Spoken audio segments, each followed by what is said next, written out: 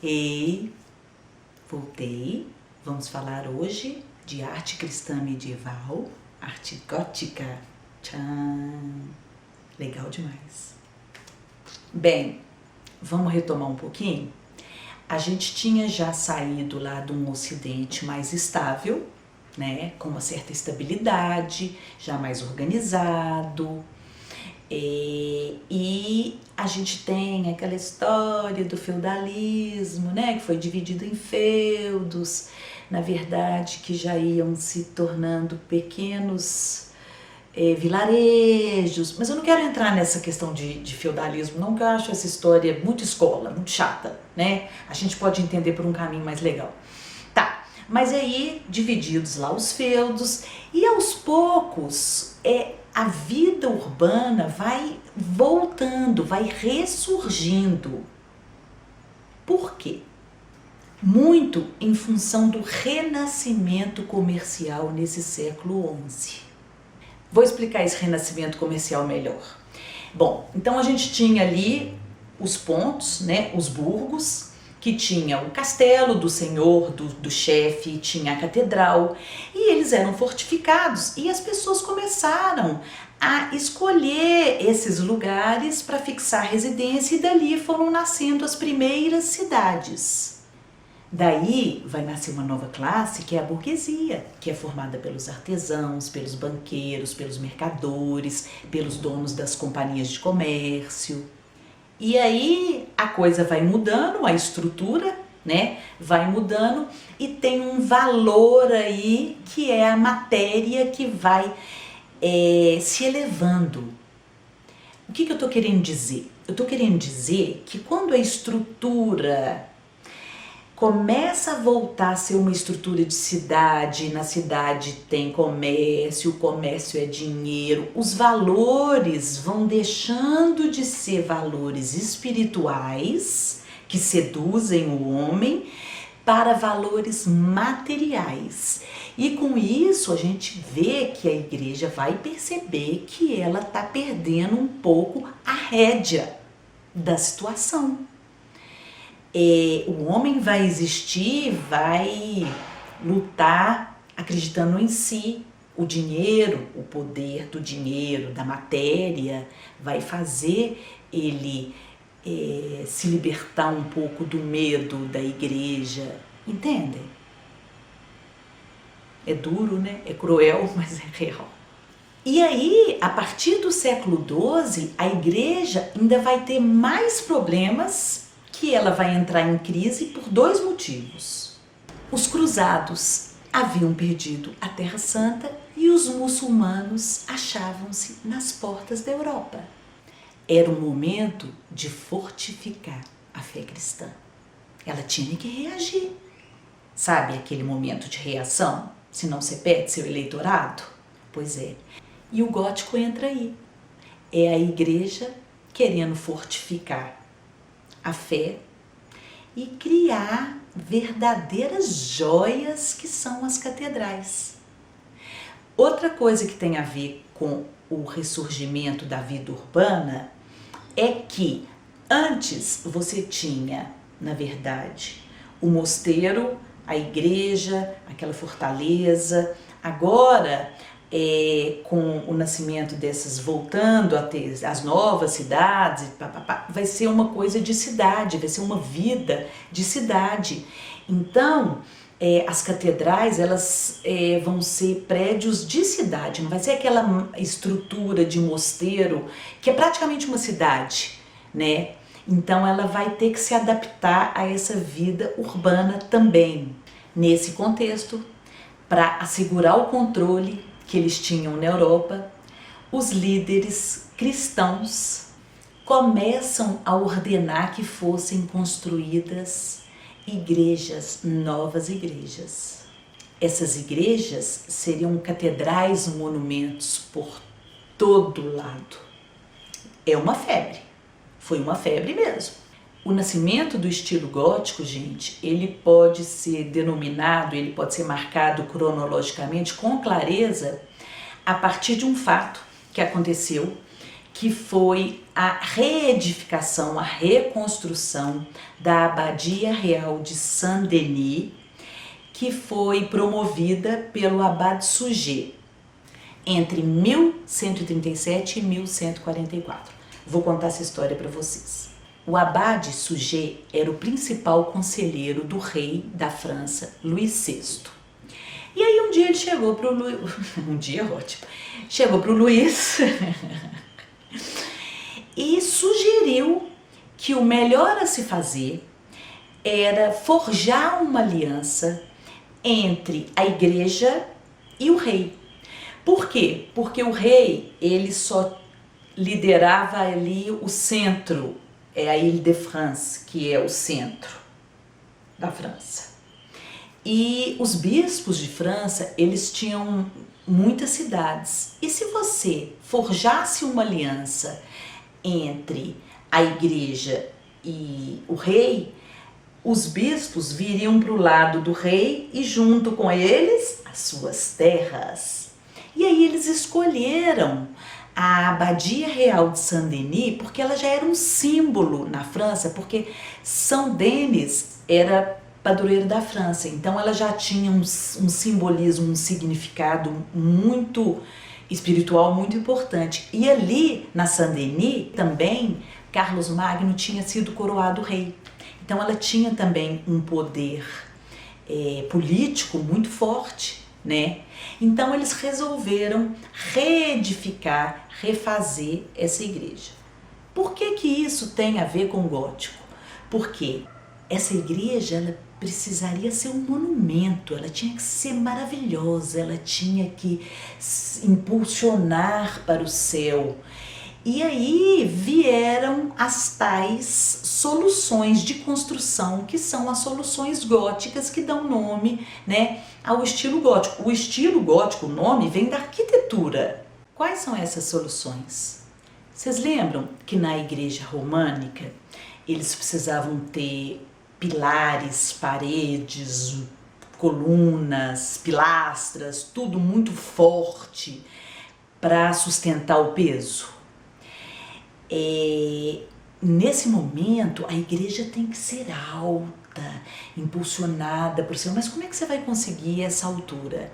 E aí vem o arco ogival ou arco quebrado, que é diferente do arco de volta perfeita, o arco romano. Ele tem um quebradinho, por isso que ele chama arco quebrado ou ogival, porque ele parece uma ogiva. E ele vem para solucionar essa questão de peso. Na verdade, eu vou explicar isso para vocês mais visualmente. Eu não vou explicar estruturalmente porque nós não estamos falando de arquitetura técnica, né? Nós não estamos fazendo curso de arquitetura. Mas o que eu quero dizer? O arco quebrado, quando você tem o peso, né, e que se subdivide no arco de volta perfeito, o arco quebrado, como ele tem essa quebra aqui, ele permite você fazer o arco quebrado várias vezes e distribuir o peso várias vezes. Então, numa coluna, você tem uma coluna. E aí você tem um tanto de arco quebrado cruzado. E cada arco morre numa coluna. Olha para vocês verem nesse slide. E aí o peso ele vai sendo subdividido, subdividido, subdividido. E aí ele libera a parede da função de sustentação. Porque a parede não é um elemento arquitetônico de sustentação? Pois é. Com isso, o peso vai sendo subdividido pelos pilares, pelas colunas e libera a parede. Quando libera a parede, ela pode ser mais fina. Quando ela pode ser mais fina, ela pode ser mais alta. Então eles vão ganhar em altura. E outra coisa, como ela pode ser mais fina, ela vai poder ter mais abertura. E aí vai ter mais janela. E aí, qual que vai ser o elemento? Um dos elementos principais, o vitral. Essa Abadia de Saint-Denis, quando a gente vê ela na porta, você vê que ela ainda tem uma cara bem românica, mas por dentro dela, essa solução estrutural de usar um arco ogival ou quebrado já soluciona, tá?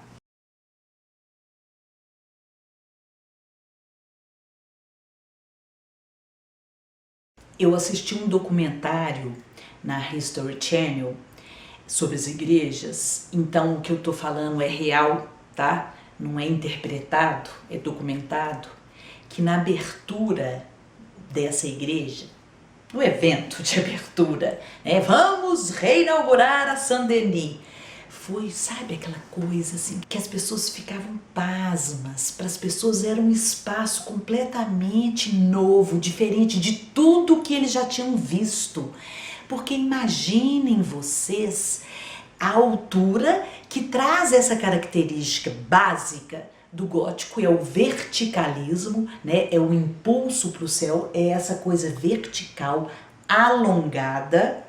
E as pessoas falavam que era um espaço tão mágico que você tinha a sensação, quando você entrava nela, de ter entrado no céu ou no paraíso. Mas isso tem muito a ver com a questão também do vitral, que liberou as paredes, pôde ter janela, optaram pelo vitral.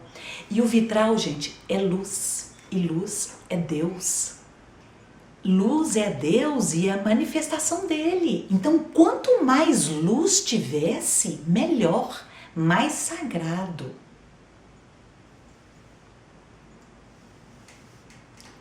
É o poder espiritual da luz. A gente sabe disso, né? Até hoje a gente faz essa relação.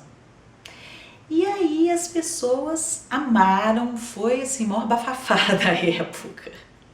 Sério, todo mundo queria ir. Olha que interessante esse vitral da Saint-Denis, que é uma retratação da Anunciação, né? Aquele tema básico da Anunciação, e aos pés da Virgem tá ali puxando o saco o Abade Suger. Ele foi retratado aos pés da Virgem. Presta atenção. Ele tá ali, né? Fazendo a parte dele. E aí vem um dos maiores momentos caras da história da arte. A briga das igrejas. Porque é muito louco isso. Essa necessidade da igreja de fortificar a fé, através das catedrais, elas exerciam poder. Então a cidade que tinha, era tão louco que a cidade que tinha a maior catedral era a cidade mais importante, isso trazia importância para a cidade, era um complexo. E aí ficava numa guerra, numa briga, uma cidade com a outra, para ver quem tinha a maior catedral, a melhor, a mais bonita, a mais alta, papapá. Tem um livro, gente, que eu amo, que é do Ken Follett, chama Pilares da Terra. Ele conta essa época, a gente tem uma noção perfeita do que era a vida naquela época, né? Então por isso que eu tô falando dessa coisa das brigas. Esse livro, ele tá em seriado também, um seriado pequeno, baseados no livro do Ken Follett. Mas o livro é o melhor livro que eu já li na minha vida. Voltando ao então momento caras, o melhor momento caras, um dos da história da arte, que são vários, foi o seguinte: o Abade Suger, quando inaugurou a nova Saint-Denis, não convidou o Maurice de Sully, bispo de Paris. Ele ficou com ódio, falou: que absurdo, eu não fui convidado. E aí ele mandou construir a Notre-Dame de Paris, que é o exemplo mais comum de gótico, né, o mais badalado, que está lá em Paris, e mandou que ela fosse, as paredes tivessem 30% a mais que as paredes da Saint-Denis, ou seja, a dele ia ser muito melhor, que as rosáceas, os vitrais fossem muito maior. Ele ficou louco, ele passou a vida dele querendo ficar melhor do que o outro. A Notre-Dame foi construída de 1163 a 1330.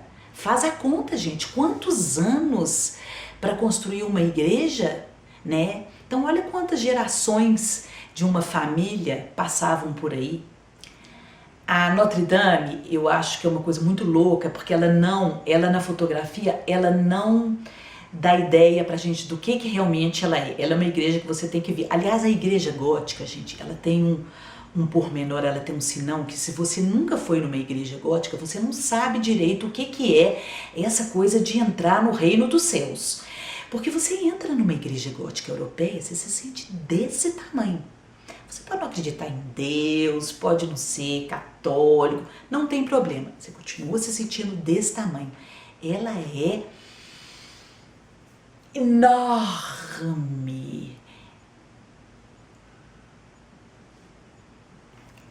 Não sei se vocês perceberam que a igreja gótica continua com a planta normal de cruz latina, só que agora geralmente na fachada ela vai ter duas torres, né? Às vezes o transepto, o cruzeiro vai variar. Aí na Notre Dame, que eu estou mostrando para vocês, ela tem uma torre agulha, mas essa torre agulha foi construída muito depois. Vocês lembram? Lá no início, quando eu falava com vocês na Bizantina, principalmente na São Vital, que era tosca por fora e riquíssima por dentro, lembram? E que a gente tem que ser simples por fora, por dentro é que a gente tem que ser rico, né? E também para chamar o povo, para não intimidar o povo. Aqui não, aqui a igreja já é uma joia, já é um rendilhado por fora. Vocês entendem, né? A questão puramente espiritual está se tornando uma questão de poder, de afirmação. Um outro elemento importantíssimo na Notre Dame que a gente pode ver, que também faz parte dessa solução gótica junto com o arco quebrado, é o arco botante. O arco botante, ele é colocado por fora da igreja e o efeito dele de sustentação é como quase, quando eu vejo o arco botante nas igrejas, me dá a sensação que é como se eu estivesse escorando, assim, uma pessoa escorando, sabe? A igreja de lado, porque a igreja, a parede está aqui, o arco botante segura ela aqui. Só que ele é muito fino, então ele não traz uma impressão grosseira, de peso para a igreja e de leveza, né? Quando a gente vê a parte de trás, lá a ábside da Notre Dame, você pode perceber que quase do chão até o telhado, ela é inteirinha de vitral. Por que ela pode ser assim, inteirinha de vitral? Porque as paredes não estão na função de sustentação. Então são paredes finas, todas de vitral, de vidro. As rosáceas são verdadeiras joias. As ilustrações medievais passam para os vitrais, né? E a gente tem ali, os vitrais, gente, são pedaços de vidro unidos por tiras de chumbo e os detalhes são feitas com uma tinta especial cinza, né, com um pincel bem fininho. Só que ali, numa rosácea como essa que eu vou mostrar para vocês, numa rosácea de 12 metros de diâmetro, você não vê com, né, você de lá de dentro da igreja, você não vê com definição o que está sendo mostrado, a ilustração. Então, a questão vai passando, é muito mais a riqueza da luz, o esplendor, a presença de Deus, do que contar uma história, né, didática ali, porque você nem vê direito. Dois elementos muito interessantes vêm também do gótico, que são as gárgulas. A gárgula, gente, nada mais é do que um escoadouro de água, né? A água vem descendo pelo cano, passa pela gárgula e sai pela boca dela. Por isso que a gárgula, geralmente, né, são animais fantásticos e geralmente estão olhando para baixo com a boca aberta. Para quê? Para escoar a água. E nós temos também as quimeras. As quimeras não têm função, são só esculturas e elas ficam no alto das igrejas. Olha a cara desses bichos. É muito bacana quando a gente percebe que a explicação, né, tanto da quimera quanto da gárgula, sempre foi que elas estavam ali para espantar os demônios, o mal, né, os espíritos do mal, etc, etc, etc. Mas tem uma explicação que eu gosto muito, que eu acho muito mais bacana e muito mais provável, é que como a religião dos bárbaros era muito cheia de bicho, os bichos, esses elementos eram muito importantes para a religião deles, foi uma maneira da igreja cristã conquistar, fazer eles ficarem mais próximos, se sentirem mais próximos, sabe, mais ambientados na igreja cristã. porque aquilo é uma coisa que eles estão acostumados, né? Dentro da referência de imagem deles, o bicho, né, essas feras, que para nós são feras, são monstros, mas para eles não. Então é uma maneira de convidar, de fazer o bárbaro, né, se sentir mais acolhido, mais próximo da igreja também. Acho essa explicação sensacional, acho que tem tudo a ver, pensa aí. Pensa aí. Gente, por hoje é só isso tudo. Aula que vem tem mais gótico, conto com você. Aqui, continua curtindo, dá like, tá? Eu tenho recebido uns comentários super legais. Obrigada, beijo pra vocês.